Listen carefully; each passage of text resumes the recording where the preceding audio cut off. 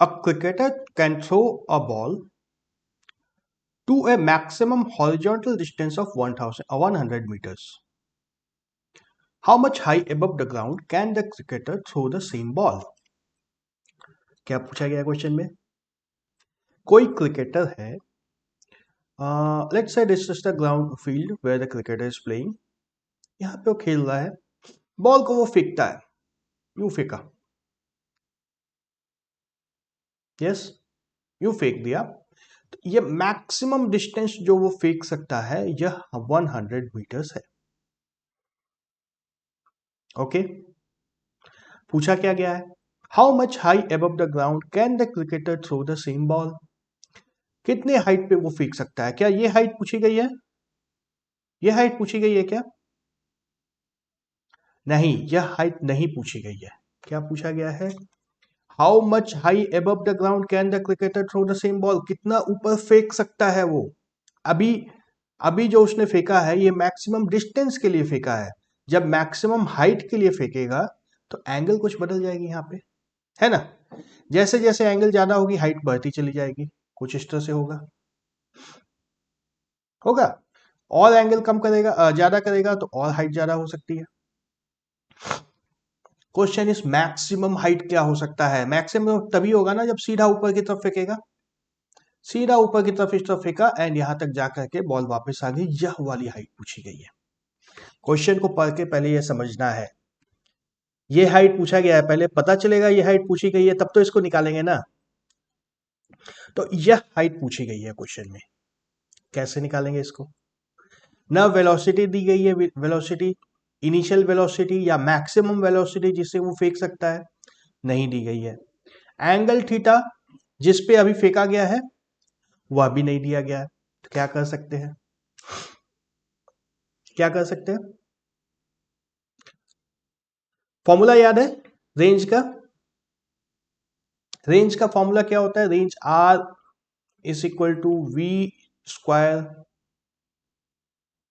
Sign 2 theta upon G. याद है यह फॉर्मूला? याद है तो काम आसान होगा, याद नहीं है तो you will have to derive. मैंने दिखाया था, दो दो स्टेप में ये डिराइव हो जाता है. कैसे डिराइव होता है? कैसे डिराइव होता है?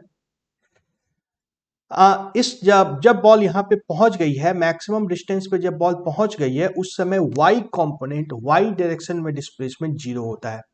तो ये लगाते हैं तो जस्ट डेरिवेशन, शॉर्ट डेरिवेशन में दिखा देता हूं. Zero is equal to y direction में सेकेंड इक्वेशन लगा देना है, v sine theta minus 1/2 t से मल्टीप्लाई करना है इसको, v sine theta t into g t square. This is equal to zero. यहां से t क्या निकलता है? t is equal to 2g divide by v. उल्टा निकल गया.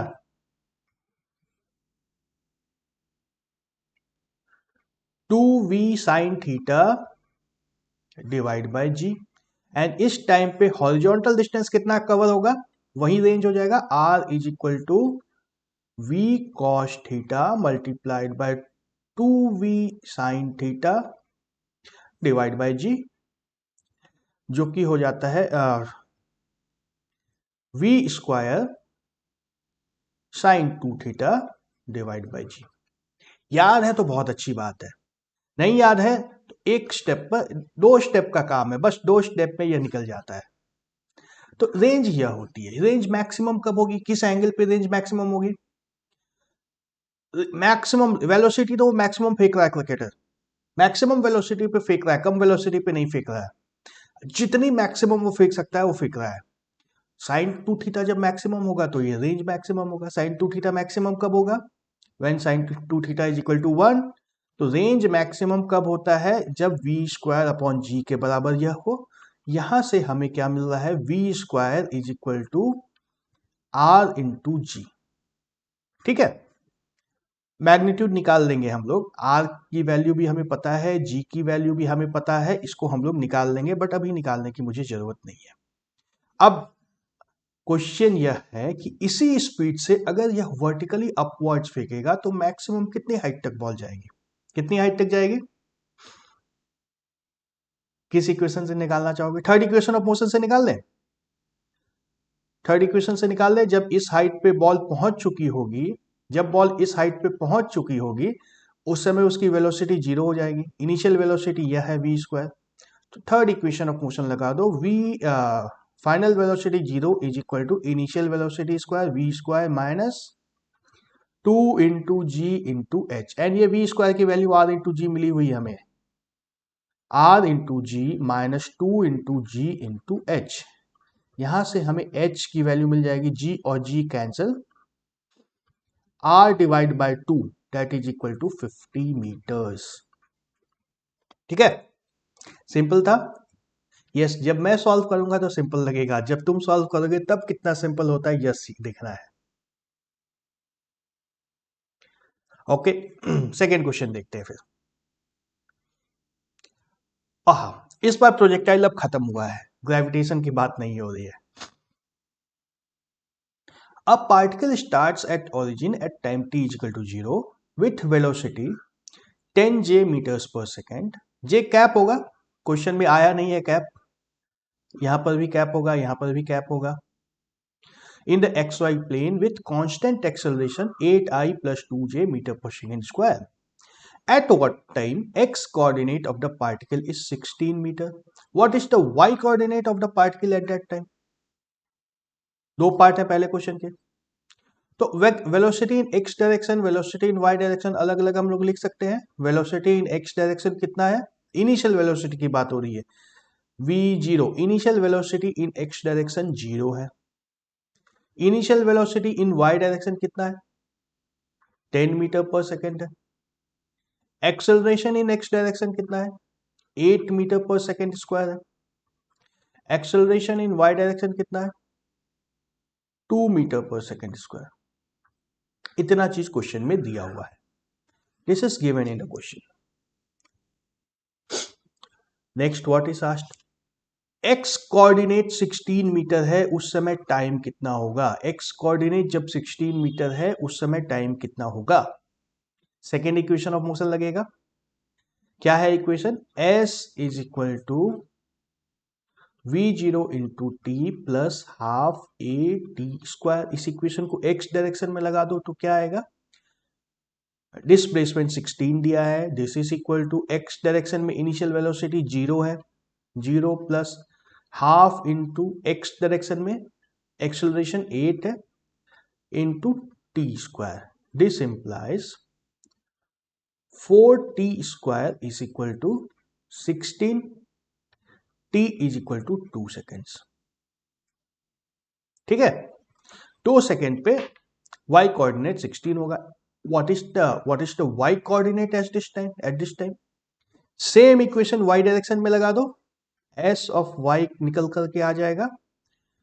y डायरेक्शन में वेलोसिटी है 10, 10 into 2 plus half into acceleration in y direction 2 metre पर second, 2 into T square is 4। ये 2 cancel, 24 metres. Part A is solve. समझ में आ रहा है ये क्वेश्चन। इसी तरह से सॉल्व करना है जब मोशन इन ए प्लेन की बात हो तो। जब मोशन इन ए प्लेन की बात हो तो क्वेश्चन इसी तरीके से सॉल्व करना। Second part, speed of the particle at this time. Speed कैसे निकालेंगे, पहले एक्स डायरेक्शन में स्पीड निकालना होगा, फिर वाई डायरेक्शन में स्पीड निकालना होगा, एंड देन फाइनल स्पीड का मैग्नीट्यूड क्या आएगा, v x square plus v y square. ठीक है, तो वी एक्स निकाल देते हैं। क्या आएगा, initial velocity 0 plus acceleration into time 8 into 2 that is equal to 16 meter पर सेकेंड। वाई डायरेक्शन में स्पीड, इनिशियल वेलोसिटी है 10 प्लस 2 इंटू 2 14 मीटर पर सेकेंड। ओके, जब वी एक्स और वी वाई मिल गया है तो हम लोग यहां से स्पीड की मैग्नीट्यूड निकाल सकते हैं। Not a big deal. समझना यही है, जब मोशन इन ए प्लेन की बात हो तो हर जगह वेक्टर्स हम लोग को मिलेंगे। स्पीड का वेक्टर दिया है, एक्सेलरेशन का वेक्टर दिया है, एंड बिल्कुल नहीं घबराना है, उसको एक्स कंपोनेंट को अलग कर दो, वाई कंपोनेंट को अलग कर दो, दोनों को अलग अलग लेके चलते चलना है, दोनों को लेके चलना है, सॉल्यूशंस मिलते जाएगा। यस, मैग्नीट्यूड इसका निकाल लेना, मैं नहीं निकालूंगा। अच्छा, इंटरेस्टिंग क्वेश्चन है। A bullet is fired at an angle 30 degree with the horizontal hits the ground at 3 km away. By adjusting the angle of projection, can one hope to hit the target 5 km away? Assume that the muzzle speed to be fixed, neglect air resistance. क्या पूछा गया है? एक कोई bullet है, एक इसको fire करते हैं, यहां से बुलेट को अगर 30 डिग्री के एंगल पे फायर किया गया, कहीं यहां जाके गिरती है बुलेट, दिख रहा है ना सब कुछ, यस दिख रहा है। ये डिस्टेंस हमें 3 किलोमीटर दिया हुआ है, ये एंगल दी हुई है, इनिशियल वेलोसिटी से एंगल कितना दिया हुआ है, यह एंगल 30 डिग्री दिया है, ठीक है। मैक्सिमम डिस्टेंस किस स्पीड पे जाता है, किस एंगल पे जाएगा? मुजल स्पीड फिक्स है, बुलेट को फायर करने की स्पीड फिक्स है। Muzzle speed is the speed with which the bullet leaves the gun, वह स्पीड जिससे गन से बुलेट निकलती है, ये तो फिक्स है। सेम बुलेट है, सेम गन है, तो स्पीड तो सेम होने वाली है। ये स्पीड में कोई फर्क नहीं पड़ने वाला है, हमारा जो वेलोसिटी है v, इस पे कोई फर्क नहीं पड़ने वाला है, v0। फर्क किस पे पड़ सकता है? इस एंगल पे, इस एंगल पे। End of course angle 45 degree पर जब ले जाएंगे तो डिस्टेंस ज्यादा होगा, कुछ इस तरह का पाथ बनेगा उस केस में। 45 डिग्री एंगल पे जब यह जाएगा तो ये यहां से आगे चला जाएगा, कहीं यहां चला जाएगा, है ना, यहां इस तरह से आ जाएगा। तो यही पूछा गया है, क्या 5 किलोमीटर आगे इससे मारा जा सकता है क्या? कैलकुलेट करना होगा, कैलकुलेट करना होगा। रेंज का फॉर्मूला याद है? रेंज की ही बात हो रही है, इसी रेंज की बात हो रही है। रेंज का फॉर्मूला क्या होता था? v square sine 2 theta upon G, ठीक है। अभी तो सॉल्व कैलकुलेट किया था, याद नहीं है तो निकाल लेना, याद नहीं है तो बिल्कुल निकाल लेना। फॉर्मूला डिराइव करना 1 मिनट का काम है। ये दिया है एंड जब एंगल 30 डिग्री है तो उसमें वैल्यूज डालो, क्या आएगा? 3000 meter is equal to v square sine 60 degree divide by g. Sine 60 degree कितना होता है? 1 by square root 3, sorry square root 3 होता है। Square root 3 v square upon g. V square की वैल्यू मैं नहीं कैलकुलेट करूंगा, वी स्क्वायर ऐसे ही रख देते हैं। वी स्क्वायर आता है 3000 जी डिवाइड बाय स्क्वायर रूट 3, ठीक है। और रेंज मैक्सिमम कब होगा? आर मैक्स कब होगा? आर मैक्स तब होगा जब sine 2 theta is equal to 1, तो रेंज क्या हो जाता है? V square upon g. कितना हुआ? वी स्क्वायर की यह वैल्यू आई है,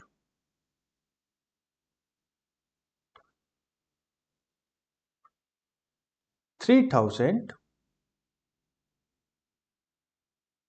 जी divide by square root 3 g. कम क्यों हो गया? ओ ओ ओ, एक 2 मिसिंग है। Sine 60 degree is equal to square root 3/2, yes 3/2, तो यहाँ पे 2 भी एक आएगा, यहाँ पर एक 2 भी आने वाला है, तो ये जी और ये जी कैंसिल हो गया।